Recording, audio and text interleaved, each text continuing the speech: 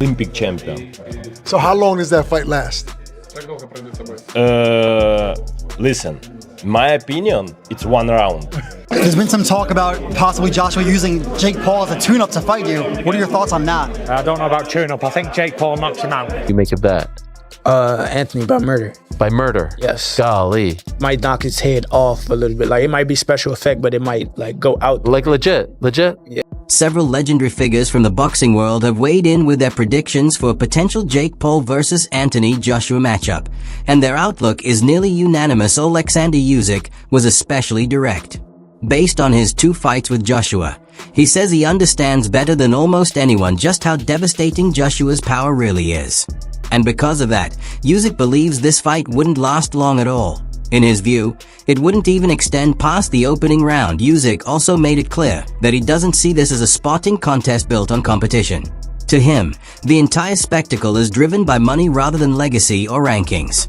He believes Joshua would only need one clean opportunity to make the difference in strength painfully obvious. From Usyk's perspective, this isn't a test of skills between equals. It's a dangerous mismatch.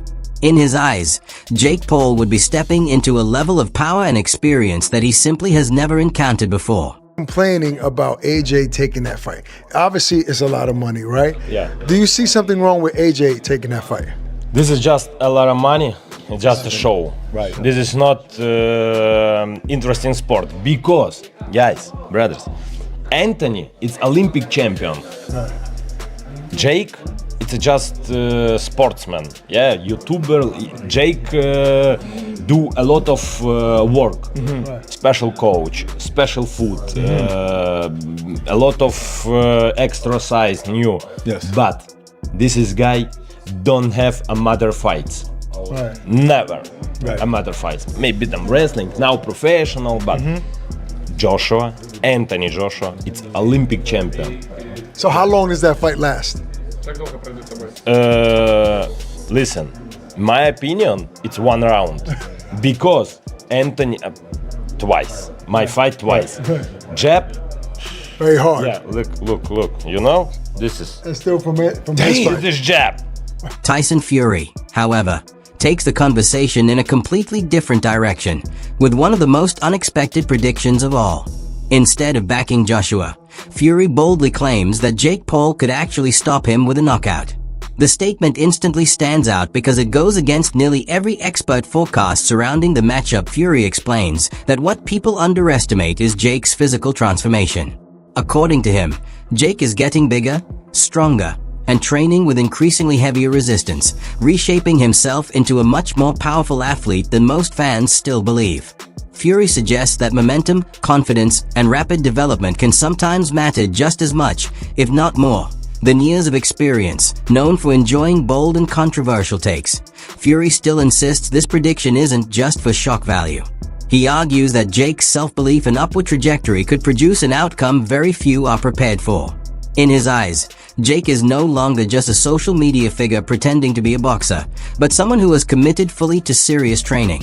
While Fury's view remains highly divisive, it undeniably adds a fascinating twist to the debate, especially because it comes from a man who understands heavyweight boxing at the highest level. Some talk about possibly Joshua using Jake Paul as a tune-up to fight you. What are your thoughts on that? I don't know about tune-up. I think Jake Paul knocks him out. Seriously? Yeah. Why so? What impresses you about Jake Paul? I just think Jake Paul would knock AJ out. I think AJ's a spent force, and I think Jake Paul's on the rise. And I like his new heavyweight look. Teddy Atlas looks at this matchup through a tactical lens rather than hype or public excitement.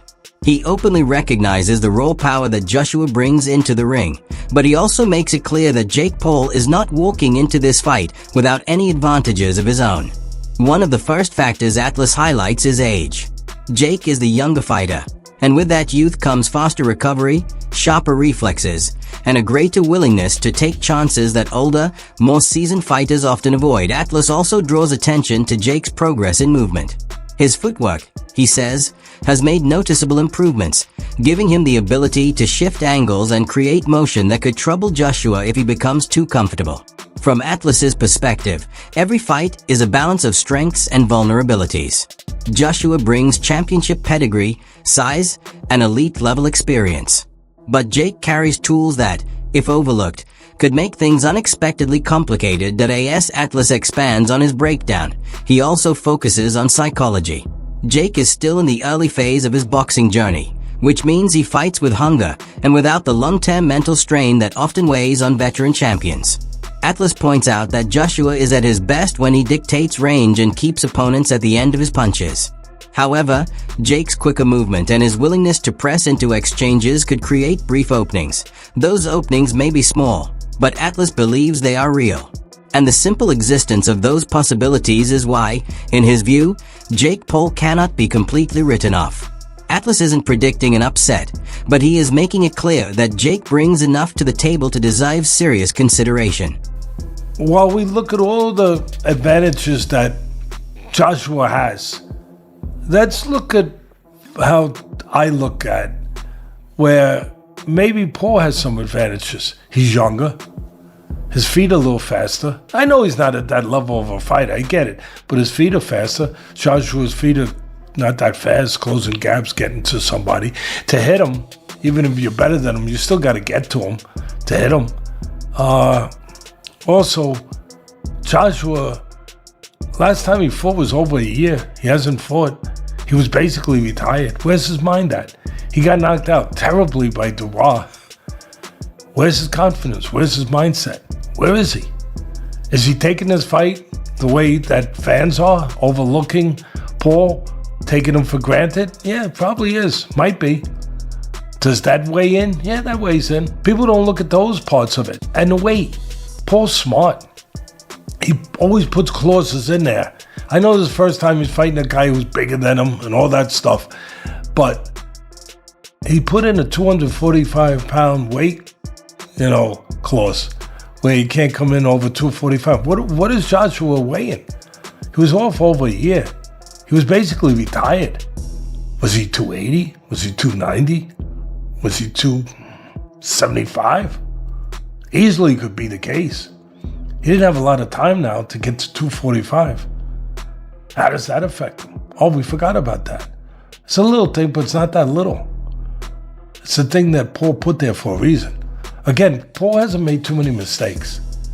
He's been pretty damn smart. I'm not saying he's the fighter that Joshua is, but I don't know if Joshua's the fighter that Joshua. Lamont Roach reacts to the idea of this fight with clear caution rather than hype. While he shows respect to both athletes, he makes it clear that if Anthony Joshua enters the ring with real intent, the danger level changes instantly. In Roach's eyes, Joshua's physical power and professional boxing background create a threat that Jake Paul has never truly had to deal with before. He explains that Joshua wouldn't need to overwhelm Jake with sustained attacks for the fight to turn serious. One clean, fully committed punch could be enough to shift everything in a split second, especially given the massive difference in size, strength, and experience. Roach also warns that true heavyweight power at Joshua's level is not something a crossover fighter is built to absorb safely. From his perspective, the physical mismatch alone puts Jake in a perilous situation. Excuse me. My first thoughts was this guy's crazy. Not gonna lie. But I get it. Coming from a guy who's not a true traditional boxer, and to be able to have a position where he can fight a former unified world champion, former Olympic gold medalist, and to do it on such a stage where Anthony Joshua is a superstar as well. I mean, like, he sold out the O2, twice. Absolutely. I think. So, I think Jake is setting himself up for, a huge spectacle, and which is, kind of smart. If you're going to go big, why not go to the highest of the mountain? Why not? And I get it. That's what you call business right there. And I've seen a lot of guys calling them out, from like Gabe to, other guys who are boxers. Yeah, like guys who actually beat them. But why would he settle for those guys when he could fight Anthony Joshua? So I think that's, I think that's smart. I think that's super smart. Smart is one thing. What do you think happens in the ring, though, champ? I think he gets hurt, for sure. I think he gets obliterated. Something close to like Francis Ngannou. I think something like that happens, and it's going to be bad for him. But there will be. Andrew Tate keeps his response sharp and to the point when discussing the fight. He says Jake Paul has stepped into a moment of massive consequence and deserves credit for even taking on a challenge of this scale.